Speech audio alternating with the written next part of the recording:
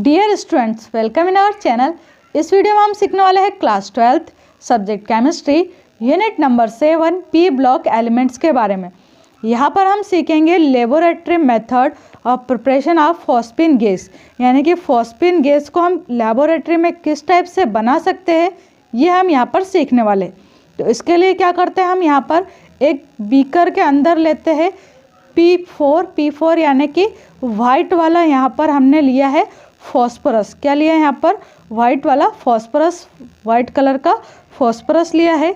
और साथ में लेते हैं हम NaOH का एक्वस सॉल्यूशन, यानी कि वाटर में बना हुआ NaOH का सॉल्यूशन।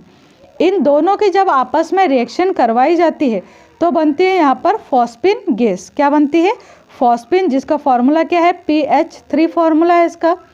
साथ में इसमें एक बाई प्रोडक्ट बनता है, वो क्या है? तो सोडियम हाइपोफॉस्फाइड बनता है। क्या बनता है यहाँ पर?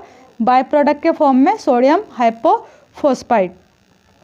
डायग्राम की हेल्प से समझते हैं इसको किस टाइप से लेबोरेटरी में ये फॉस्फीन गैस हम बना सकते हैं। तो यहाँ पर लिया हमने एक राउंड बॉटम फ्लास्क, इस टाइप का एक फ्लास्क है। इसमें ग्लास की 2 ट्यूब्स इस टाइप से यहाँ पर एंटर करवाई जाती है।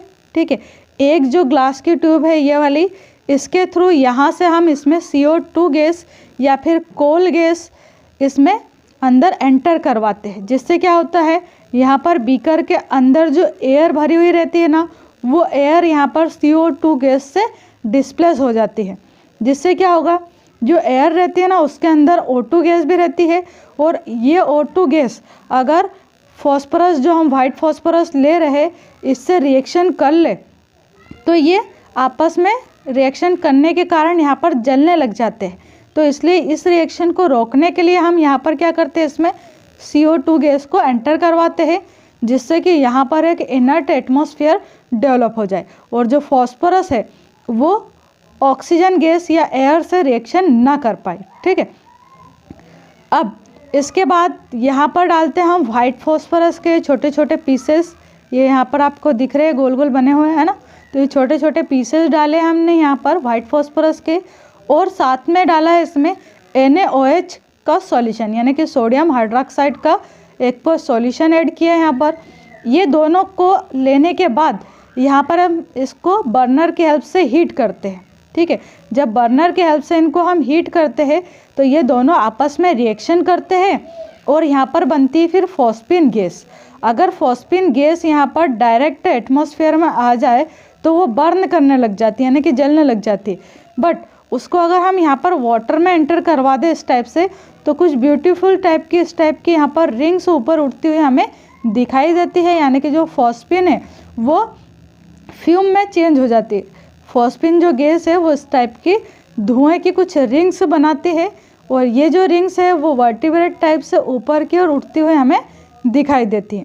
तो इस टाइप से हम यहाँ पर फॉस्फीन गैस बना सकते हैं।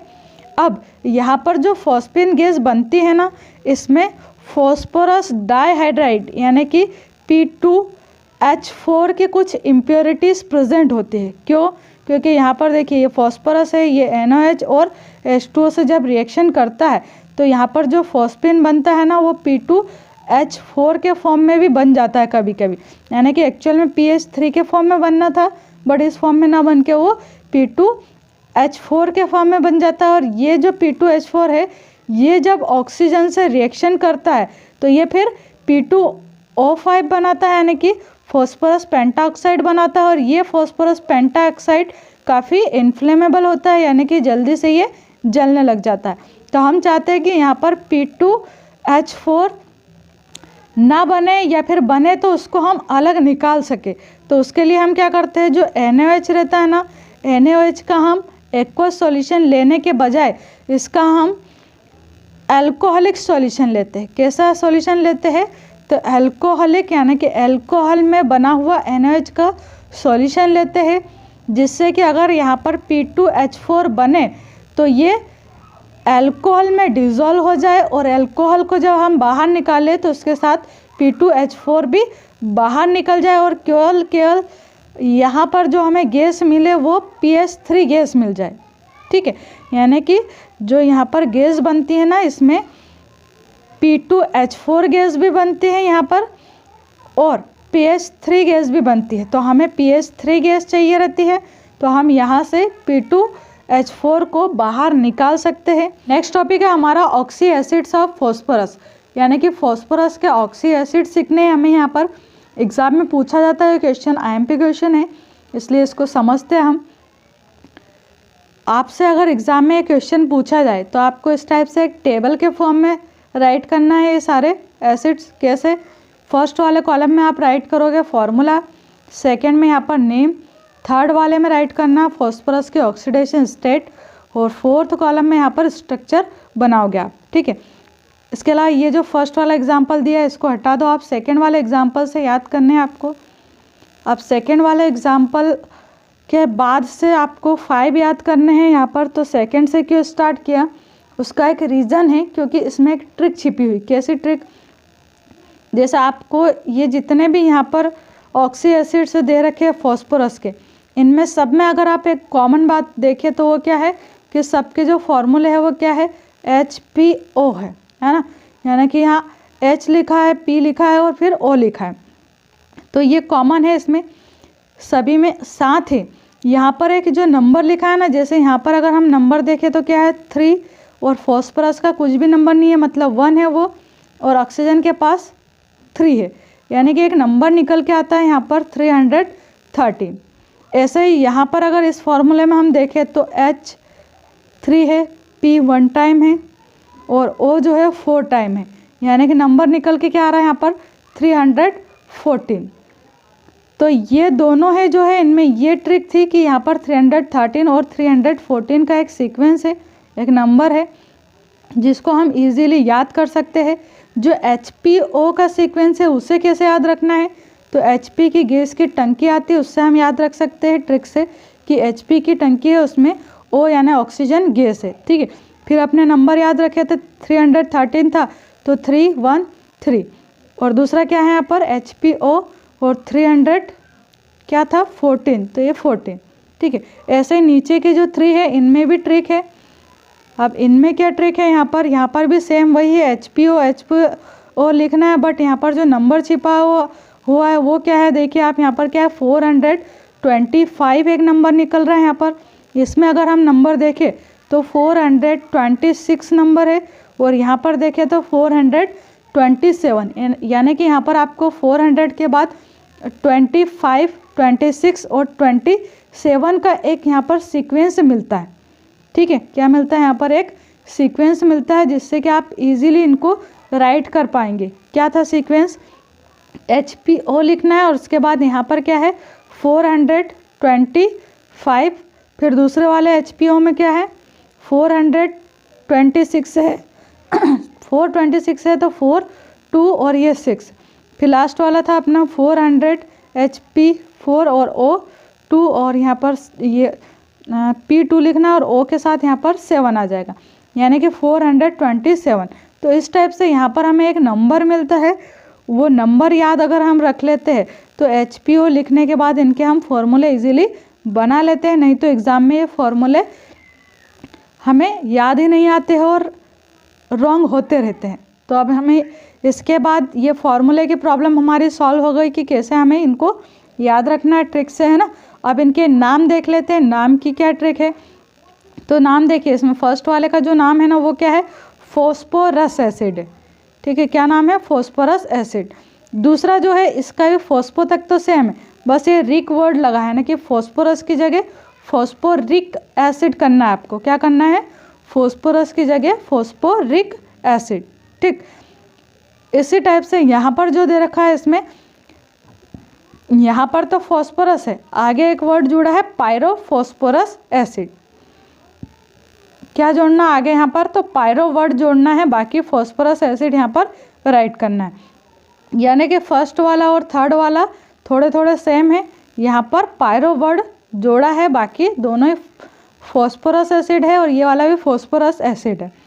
फिर इसके बाद यहाँ पर हमने जो सेकेंड वाला देखा और ये फोर्थ वाला है, इन दोनों में थोड़ी थोड़ी सिमिलरिटी है, ये भी फॉस्फोरिक एसिड है और ये भी फॉस्फोरिक है, बस यहाँ पर आगे इसमें हाइपो वर्ड जोड़ दिया है। तो क्या जुड़ा है यहाँ पर, हाइपोफॉस्फोरिक एसिड हो जाएगा ये, है ना, हाइपो वर्ड जुड़ा है इसलिए हाइपोफॉस्फोरिक एसिड बन जाएगा। ऐसे ही यहाँ पर ये वाला जो है वो क्या है, पायरोफॉस्फोरिक एसिड। जैसे यहाँ पर फॉस्फोरिक एसिड है तो एक पायरो वर्ड यहाँ पर जोड़ दिया और पायरोफॉस्फोरिक एसिड इसको बना दिया। अब स्ट्रक्चर देख लेते हैं हम, फर्स्ट वाली स्ट्रक्चर छोड़नी है, सेकंड वाली से देख लेते हैं। तो सब में अगर आप देखो तो पी यहाँ पर सेंटर में बना रहेगा, है ना। ओ जो है वो डबल बॉन्ड से बनाना है।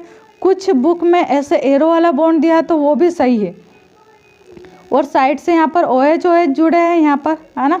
तो इसमें यहाँ पर फर्स्ट वाली जो ये स्ट्रक्चर है इसमें देखें यहाँ पर H जुड़ा है और ऊपर O जुड़ा है। और यहाँ पर देखें तो यहाँ पर 3 OH OH ग्रुप जुड़े हैं, ठीक है। कितने जुड़े हैं यहाँ पर OH, तो 3 OH जुड़े हैं यहाँ पर।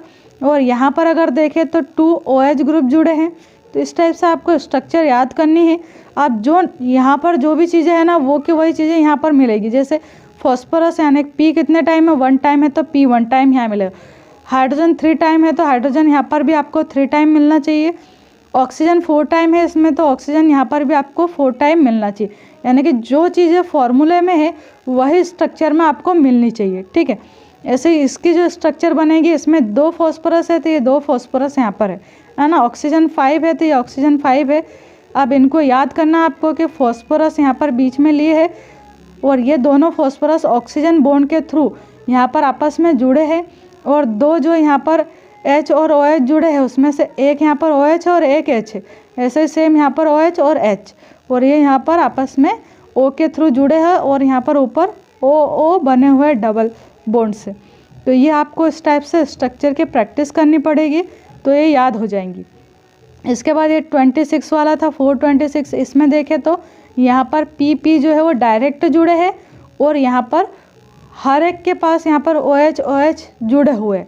तो इसको आपको ऐसे याद रखना है।